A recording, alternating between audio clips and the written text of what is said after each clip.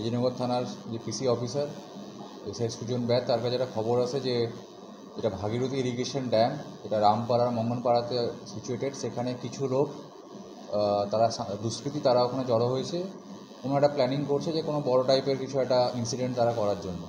তো সেই information base করে সুজন সেখানে টিম নিয়ে পৌঁছায় এবং দেখতে পায় ওখানে 7-8 জন লোক জড়ো হয়েছিল এবং তাদেরকে চেস করে তাদের 3 জনকে ধরতে সক্ষম হয়। বাকিরা ওখান থেকে পালিয়ে যায় এবং তাদের এক্সক্লুসিভ পজিশন থেকে 2টি ফায়ার আর্মস, যেগুলো 1 শাটার, কান্ট্রি মেড 1 শাটার, সাথে 1 রাউন্ড অ্যামুনিশন পাওয়া যায়।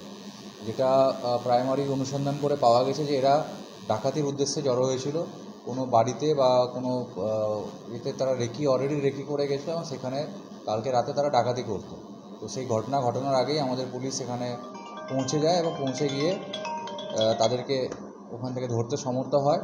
আমরা একটা স্পেসিফিক কেস রেজিস্টার করি, যেটা বেসিক্যালি এরা প্লেন ডাকাতির যে সেকশন, তার সাথে যেহেতু আর্মস পাওয়া গেছিলো, তাহলে আর্মস অ্যাক্ট, যেটা অস্ত্র আইনে আমরা মামলা রিজু করেছি এবং 3 জনকে আজকে কোর্টে পাঠানো হচ্ছে।